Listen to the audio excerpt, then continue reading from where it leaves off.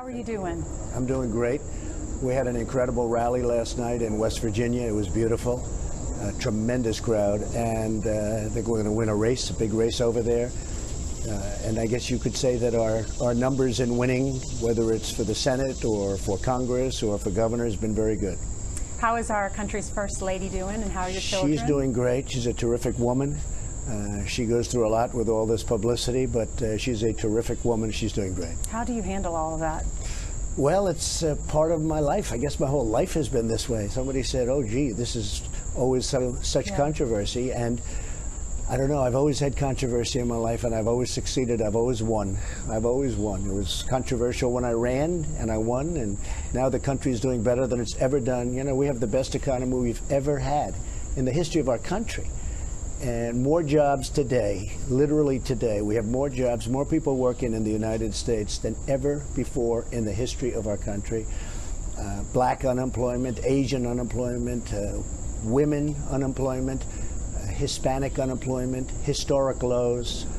It's been an amazing thing. And, you know, unfortunately, the media never covers that. They don't like to cover that kind of thing. They like to cover nonsense. Right. But it's one of those things. Well, speaking of yesterday, huge news day. There's a lot breaking today as well. Michael Cohen, tell me about your relationship with him.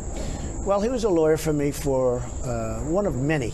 You know, they always say the lawyer, and then they like to add the fixer. Well, I don't know if there's a fixer.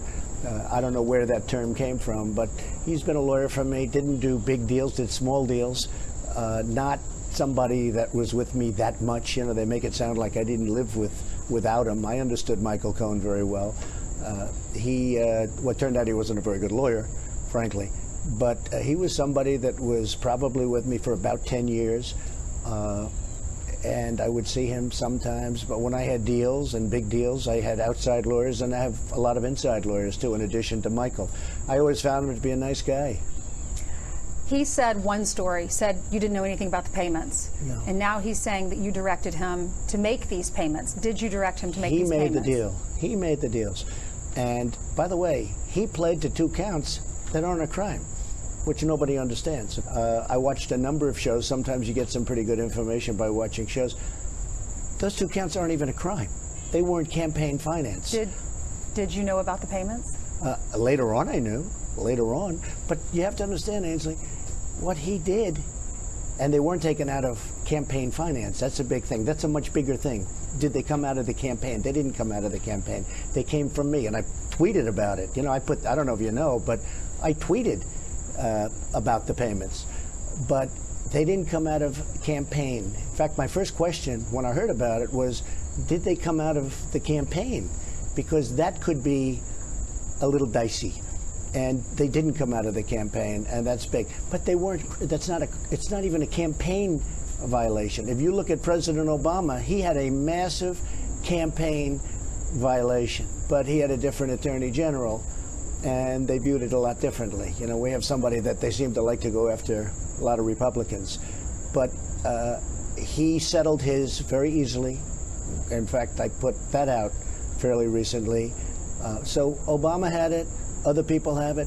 Almost everybody that runs for office has campaign violations. But what Michael Cohen pled to weren't even campaign related. They weren't crimes. Why is he doing this? Because he was your attorney. Because he made a great deal. Because he was in another business, totally unrelated to me, where I guess there was fraud involved and loans and taxi cabs and all sorts of things. Nothing to do with me, because he had an outside business. He worked for me. You could really say it was more or less part-time. He had other businesses. He had other clients. I'm not his only client.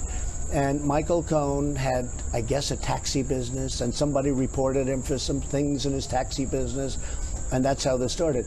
And they put the 2 counts of campaign violations in there, but a lot of lawyers on television, and also lawyers that I have, say that they're not even crimes. If you're saying the payments, if they're not illegal, then why would he use that information for a plea deal? Because he makes a better deal when he uses me, like everybody else. And one of the reasons I respect Paul Manafort so much is he went through that trial. You know, they make up stories. People make up stories. This whole thing about flipping, they call it. I know all about flipping. For 30, 40 years, I've been watching flippers. everything's wonderful, and then they get 10 years in jail, and they flip on whoever the next highest one is, or as high as you can go.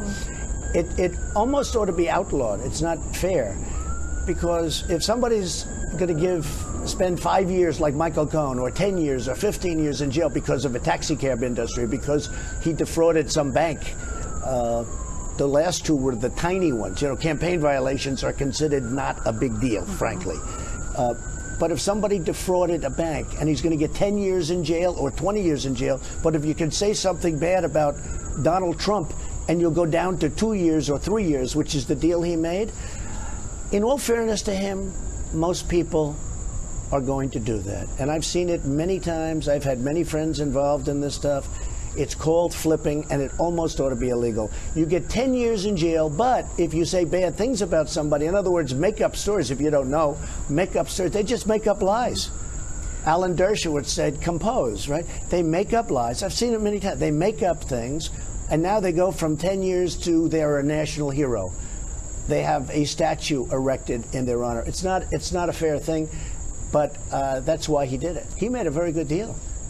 I mean, for what he did.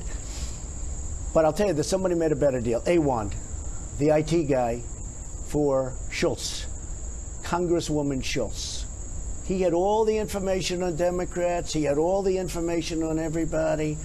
He went to jail holding the hands of the Justice Department and the FBI. They sat there together. They were smiling and laughing. And he got nothing. Well, and he stole money. And he had more information on corruption of the Democrats than anybody. And they don't even have his computers and his servers.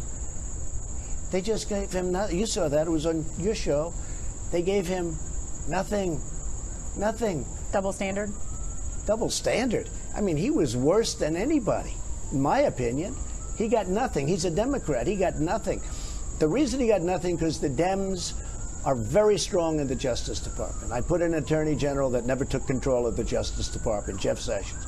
Never took control of the Justice Department, and it's a sort of an incredible thing. We have this country going so well. Mike Pompeo is doing incredibly. All of my people, they're doing incredibly. But the whole thing with going on with Justice and FBI, when you see Strzok and his lover Lisa Page, when you see Comey with all the lies that he's told, when you see Mueller with the conflicts, he's so conflicted. Comey's his best friend.